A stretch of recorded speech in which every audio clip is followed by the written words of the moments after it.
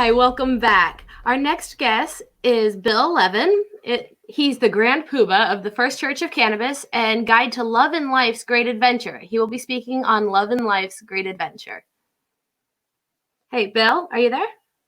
Yeah. Am I on? Yes, sir. Hi. I love you. How are you?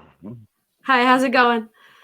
It's going super. How are you doing this beautiful Saturday morning? Did you watch the Three Stooges this morning? Because that's what everybody should do on a Saturday morning. I don't actually like the Three Stooges. Well, this interview is terminated. Don't like the Three Stooges? That's the most un-American thing I've ever heard. What kind of libertarian are you? The kind that doesn't associate with being an American as being my primary identity? Just a thought. Yeah, okay. And we wonder why this country's falling apart because we're all party crazy. What can I say? I know. I love you. What do you do to celebrate love and life's great adventure? I kind of just made my entire life based around that, I guess would be the best way of putting it. Anything that isn't peaceful and enjoyable in life, I kind of cut out of my life, and it makes it a very nice, happy life I love. So what are you doing to expand on love and life's great adventure? What do I do? Well, first off, I plant gardens, a lot of them, at least recently. I pay it forward. I go out and help my friends on the street. Huh? What are you growing in your garden? Oh, God, that's a trick question. No, it isn't. Watermelon, melon. We're growing loofahs this year. We have tomatoes. We have peppers. We have cucumbers. We have gourds. We have corn. We have beans. We have peas. And probably a couple dozen varieties of everything, right? Yeah. Oh, yeah. Yeah. The salsa garden's off the hook. Because you need the salsa, you need the sandwich, you need the marinara, different kinds of cucumbers, different kinds of pickles. Absolutely. I feel you. Let's see. And on weekends, we go out and we visit 14, 15 camps, homeless camps. And we make sure that they all get a good meal. That's awesome. On Saturday How long have you been Sunday. doing that? We've been doing it 2.5 years, 3 years. Nice. I bet they're really appreciative. It's what we do on Saturday night. Sounds like a good weekend plan. Oh, yeah. Are you guys going out there this weekend, or did the whole gatherings of large groups start to? We go out, rain, sleet, snow, doesn't matter. Every single Saturday night. And there's another group that used to do Sundays, but they can't do Sundays anymore, so we picked up their route. Awesome.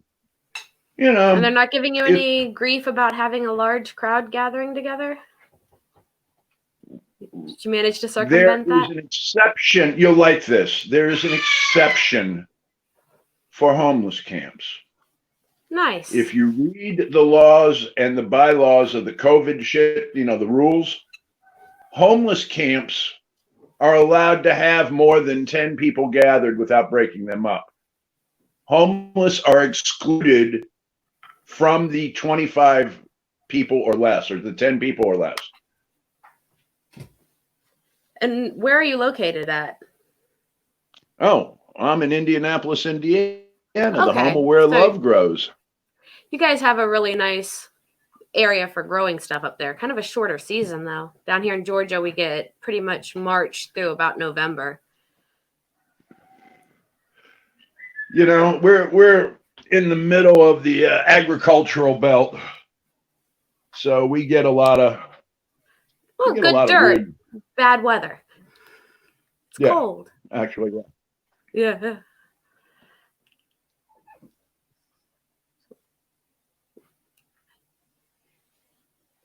So did you want to do some discussion on your Church of Cannabis?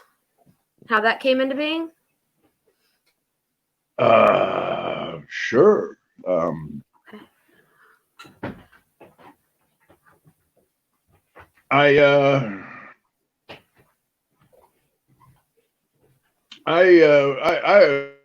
was a strung out rock and roller with one foot in the grave.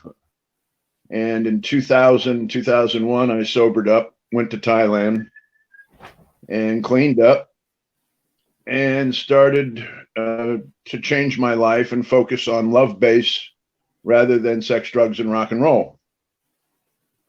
I started selling tattoo supplies. I was that guy who went around and said, "Hi, I love you. Good morning." I unified a tattoo industry with love because these people were ready to kill each other. And I got my license to marry people through Universal Life. And when you get your minister's license, one of the things you always wonder is, hey, what would I do with a church? How would I do with the church? So in 2015, the time was right. And I created a religion and I opened a church. And what are the tenets of this religion? We follow the Deity Dozen, which is available online. The first rule is don't be an asshole. Treat everyone with love as an equal. And I got to admit that Mike Pence was very much in the forefront of my mind when I came up with this. You know Mike Pence? He's from Indiana. I'm aware of him. Don't really know him personally. He's a quiet little thing. No. Oh, he is. No, seriously. If you have a one-on-one with him, he's intimidated as fuck by me. He holds mommy's hand and backs away. Why is that? I don't know. We have fun together. You know, I ran for office as a state rep the same time he ran as governor. So we got chances to bump into each other behind stage at some of the things. Nice.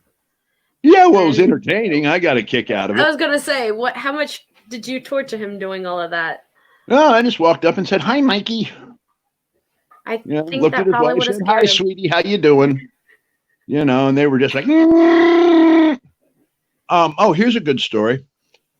There was a thing where after the elections, they have a thing called Hobnob where everybody gets together and has a celebration party for whoever won and for whoever lost, right?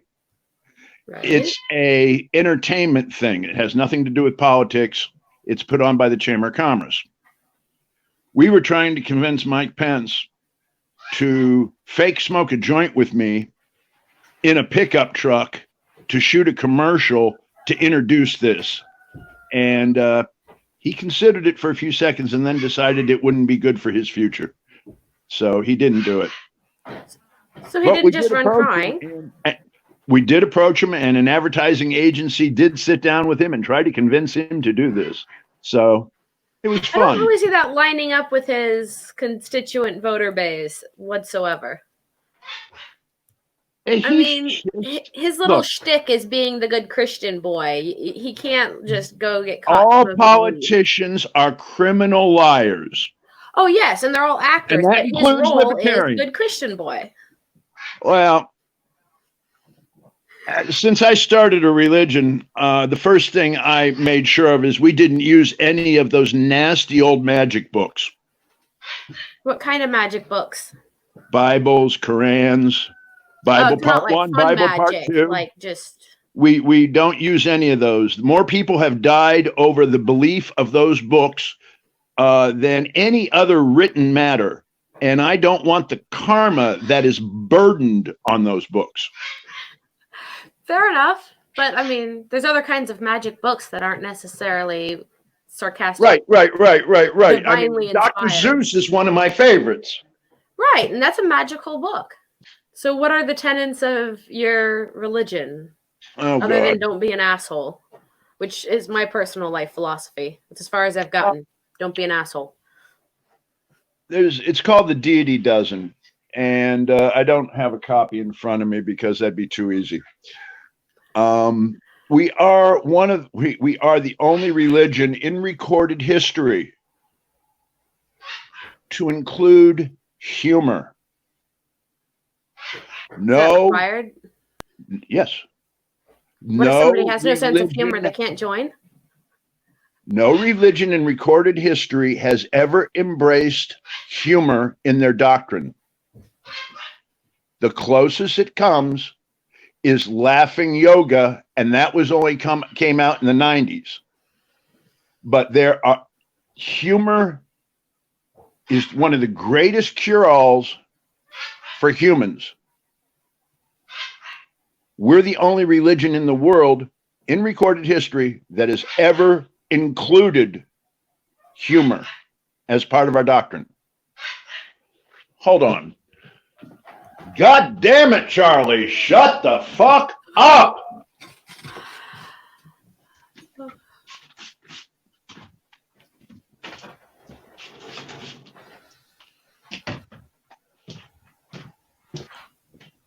Cockatoo. Here's me talking to you, wants in on the discussion. Is he one of the preachers in your church? Well, we've got all sorts of creatures. I've got 3 goats, dozen chickens, 5 peacocks, 2 ducks, 2 cats, a cockatoo, a cockatiel, 3 cats. Yeah, we got a city farm. Yeah, I've got sort of a little mini homestead farm here. I've got a couple dozen chickens, some ducks, guineas, goats, rabbits. Oh, you got guineas. I do. My chicken eaters. Those guys are like the greatest alarm for the yard ever. They are, even when there's nothing to alarm about. Yeah. They're very, very loud. But they're really good at keeping the ticks down, so they get to stay. I have a peacock who has 4 girlfriends, and every time an egg is laid, he has a song he sings. Of course. And he's proud. We're coming into egg season, and this fool won't shut up. They're very loud. They make guineas sound quiet. Yeah, I know.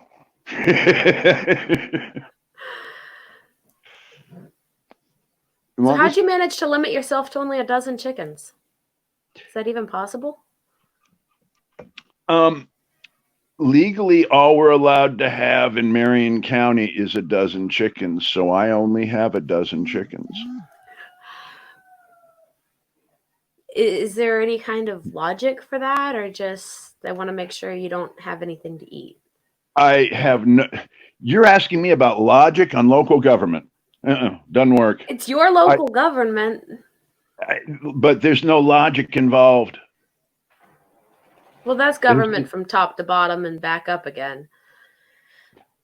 I'm pretty sure if we can just find somebody to take care of road maintenance and utilities,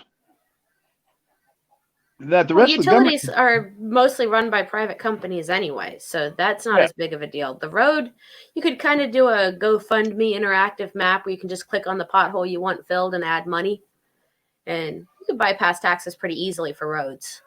Everybody could just get mad at the same patch of bad road, add enough money till there's enough money to fix it. In theory, but most people are greedy assholes and won't do it. I disagree. It's a lot cheaper to donate a couple $100 to fix a massive pothole than it is to do your suspension on your vehicle.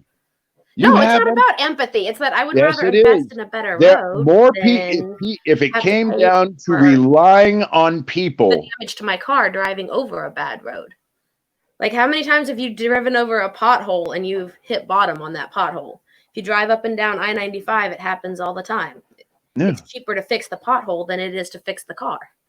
It's not about empathy. It's selfish entirely.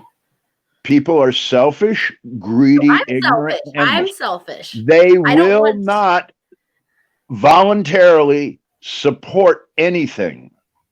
It's not about being nice about it. It is a selfish motive. It is a lot more expensive to put the exhaust back on your car and repair and replace that than it is to add money to a pothole fund. And a lot of people will see the same problem. My mom had her muffler ripped off going up I-95. She's like, how come I can't just pay to fix that one pothole? I said, welcome to the Libertarian Party. It's really not that hard. Pothole would have been cheaper than car repair. Oh, yeah. So people will add money. Well, and Businesses it will add also money because they comes need the trucks. politicians who fix the roads saying they fix the roads, but put a 2-inch cap pad on it. And by the next season, that road is completely screwed up again.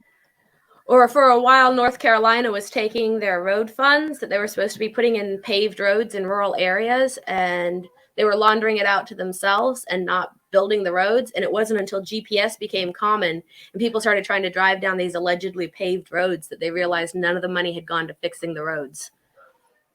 The embezzlement was terrible when I lived in that state. And wasn't that Strom Thurmond state? Maybe forever ago. I don't know. I thought he was South Carolina for some reason. I knew he was one of the Carolinas, but he was the core root of corruption down there. I think he has. All of them are like that. Oh, no, I'm no. in Georgia now. It's just as bad. He won the award for being the most corrupt, of having the most things named after him in the state. Well, if that was the least of politicians' corruptions, then I'd probably be a lot less angry with them. Yeah. Yeah, I mean, if all they want to do is have a bunch of little vanity signs printed up for them, that's kind of the smallest bad thing.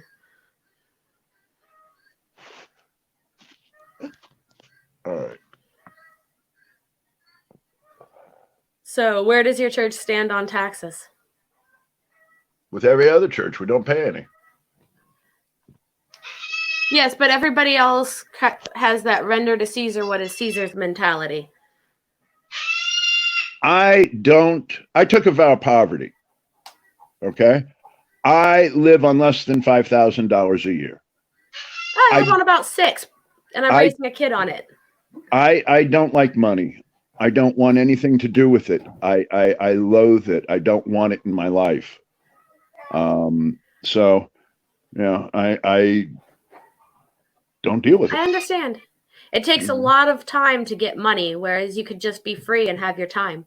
So if you can learn to live really cheap, it's a lot easier. You have a lot more time to yourself. I'm in the same boat.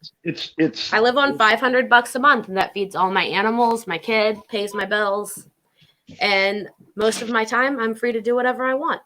I understand playing that. with my animals. So what led you down that path?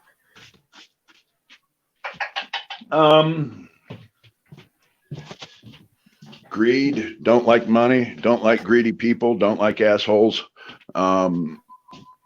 People will hurt each other over money, and I removed money from being a controlling factor in my life.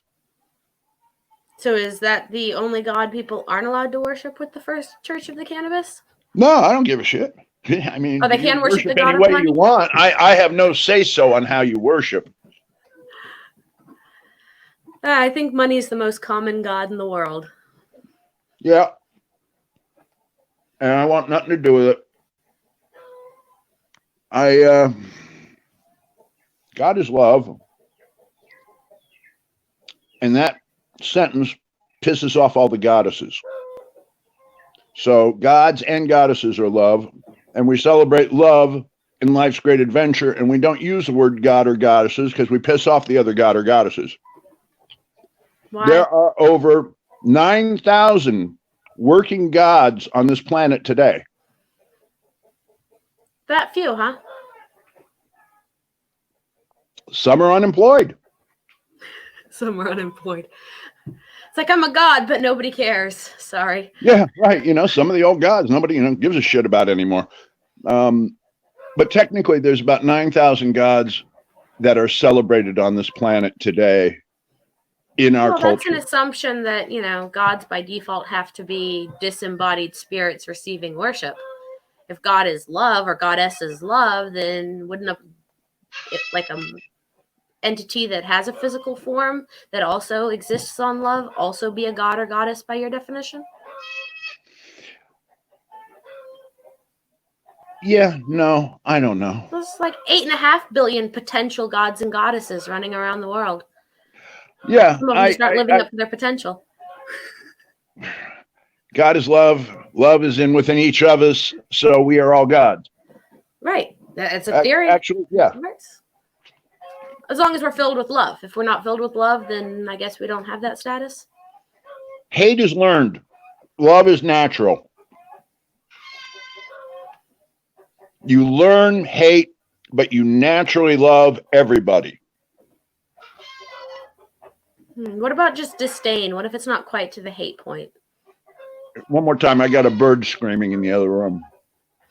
I said, what if it's just disdain? It hasn't quite reached the hate point.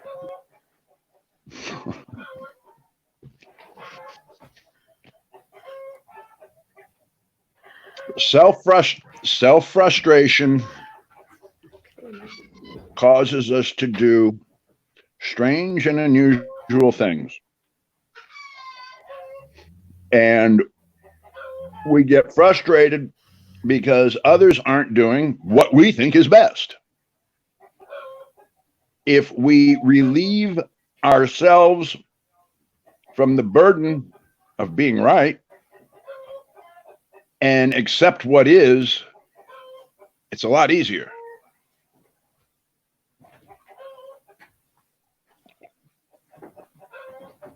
Right now, all the libertarians are saying, let's open up and let everybody do what they want and find their own, find yourself, find out if you should be open, find out if you should be infecting people, find out. No, people will infect each other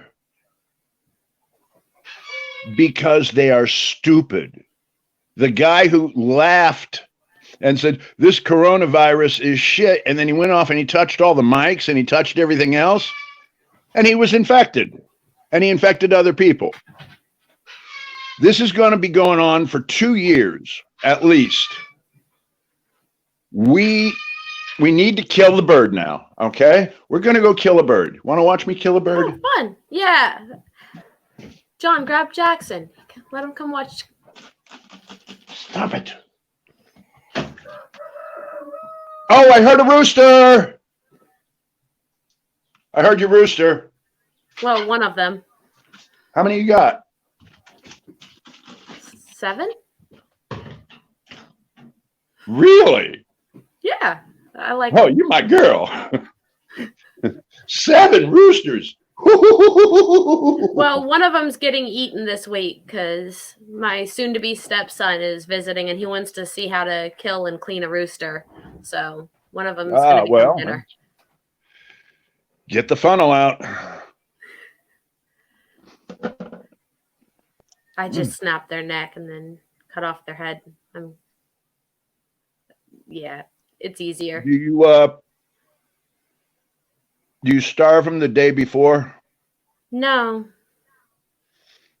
I like them to be nice and happy. It's not that hard to just clean out the gizzards and... I cannot do my own birds. Really? They're my friends.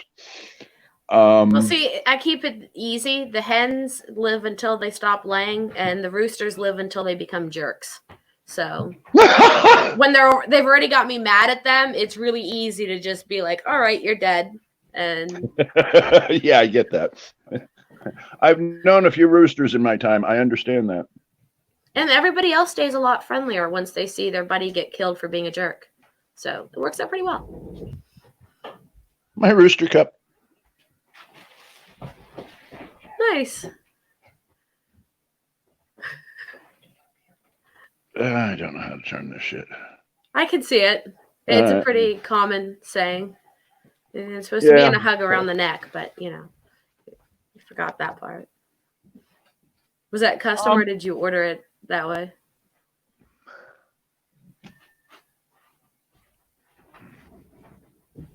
What kind of chickens and roosters you got? Bunch of them. I've got Astralorps, Orpingtons, Silkies, Polish Crusteds, Barn Builders, Wellsummers, Easter Eggers. I've got some barnyard mixes. It's just kind of... Yeah, those I've I got my know. Dr. Seuss chickens, the Silkies and the Polish Cresteds. Yeah, I Big fan. was exclusively Polish for a while because Polish can't see what to jump on, and they're great for yard birds. They'll stay in your yard because they can't jump on the fence because they can't see the fence. The advantage of having some of the bigger roosters is they keep away stuff like air predators, and they also have better vision. So if you get just the cute little ones with the feathers over their eyes, then they're not very good for alerting the flock to predators. Yeah, Makes it a lot harder to keep them alive.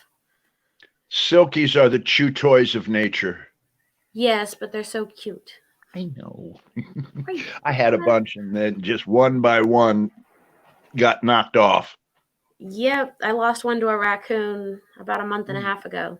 So wasn't too happy about that, especially since I have an LGD that's supposed to be guarding the yard and was probably sleeping on the porch. She's kind of a lazy dog.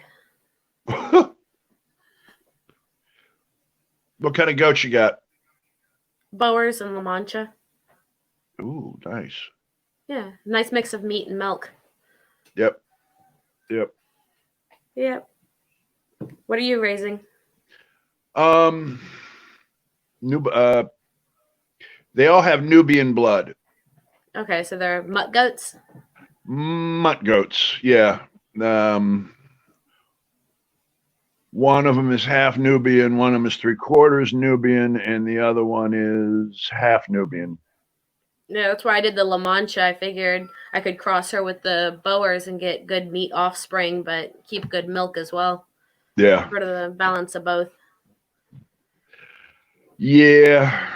I got one goat who I think I need a fettier. I need a good fettier up here. My hands no longer can do this, arguing with goats about their hoofs. I was just doing that yesterday. I understand. My big girls won't even let me do it. I just go walk them on the pavement till it files it down. They won't let me touch their hooves at all. The kids that I've raised, they'll let me trim their hooves, but not without a fuss. Yep. I understand.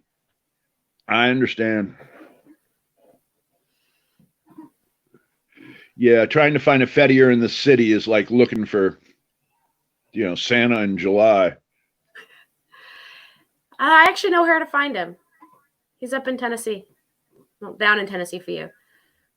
Tennessee? Santa? Yeah, that's where he's at right now. You don't know where to find Santa?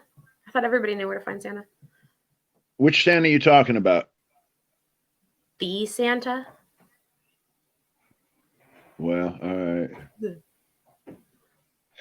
Does he have a Liberty Claus? The third partner in my company, 3L. Do I need to keep going on here? Okay. I'm in business with Santa. Okay. Yeah. Makes a good business partner. He's usually busy doing his own thing and doesn't tell us what to do much. That works. Yeah, works pretty good. I don't think he even knew we were doing this production this weekend.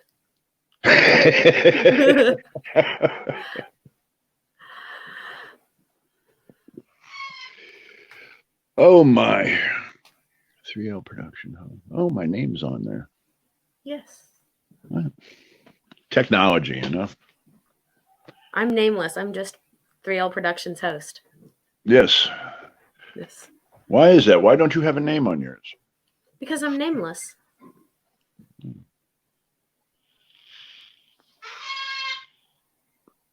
I don't know. You'd have to ask John. That's his department.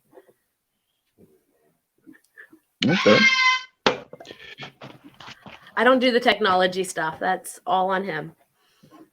Yeah, I thumb through the stuff and don't do so well at it. Yeah. I usually do the contracts and the bookkeeping and that side of things. Somehow I ended up in front of a camera. Yeah. First time. It's very awkward. It's fun. We do services every week from the church at 7:30, and we put them out on Facebook. We get about 1,000 views every every Wednesday night, and it usually will pick up to 2,500 views by the end of the week. So why Wednesday nights? Our religion, we learn on Wednesdays. Okay. Live, love, laugh, learn, create, grow, teach are the 7 focal points that go along with the week. So when you're a Canitarian, you take 10 minutes a day just contemplating life in a quiet space. Those are your focal points for the day. On Sunday, you live your life. You don't have anybody. On Monday, you need all the love you can get in your heart because it's Monday. Laughter is mandatory on Tuesday. You learn on Wednesday. Live, love, laugh, learn, create. You create your goals for the weekend on Thursday.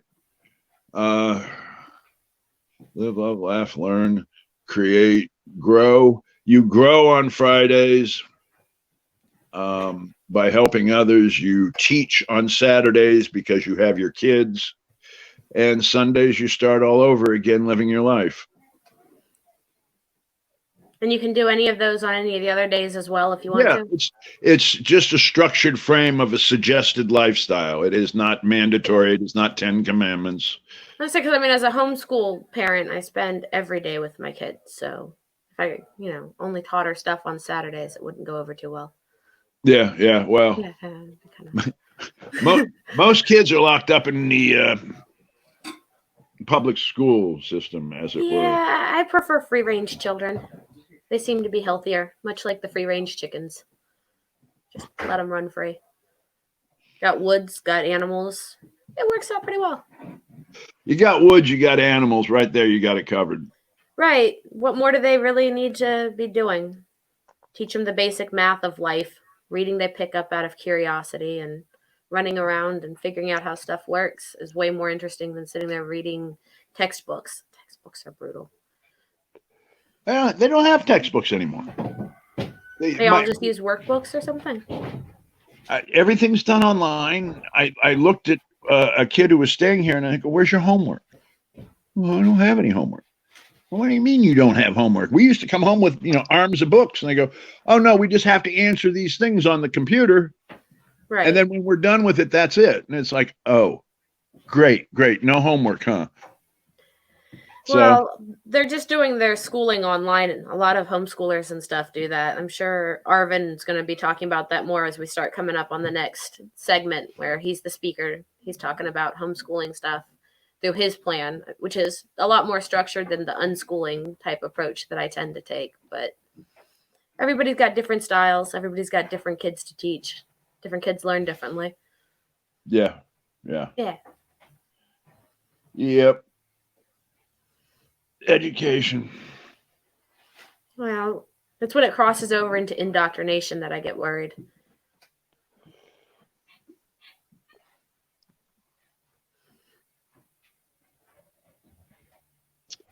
There is no perfect system.